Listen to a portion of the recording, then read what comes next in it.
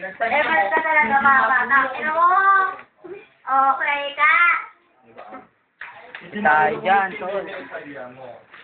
Kaya iba yung pagpapaliwanag sa kanya. Yun yung dumating. So, ano ba ang nakalabas eh? Na makitid utak ni Kerker o? No! Wala ko sinasabi na makitig ang utak ni Chester. Sinasabi ko lang kung ano yung dapat utak. Ano sabi mo kanina? Pero wala akong binitawang salita na makitig ang utak ni Chester. Okay.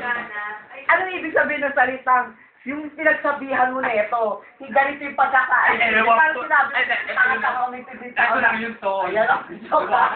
Pero sinasabi tayo ng depende kung paano mo i-apply yung mga sinasabi mo o paano siya maka-apply ng mga sinasabi mo. Okay, Smarty, Really? Okay. May 8 kami! Yun lang yun. Okay, may 8 kami! Yan ang Kerker. Ano yan nung makikidutan? Oo.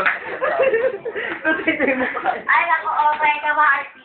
Ay, dahil hindi ko siya tatanggol kuya Kerker. Wala akong sinasabi. Ano ba nasabi mo dahil kinukumpara ang kapatid mo? Ha? Ayan si Kerker naman ang mission, di ba? Ayan, enga. Oy, naku eh. Ay, naku, wala yung Dahil totoo lang talaga ito yung tumira eh. Umaray-aray pa nga na. Ano? Pakita yung maray-aray. Maray-ari pa daw. Pakita mo yung maray-aray. Hindi mo alam kung Okay, maray-aray. so ulit.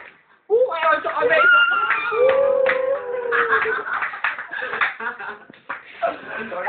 Ay, hindi, Mega, dati nag-uwi. Wala na akong napunta.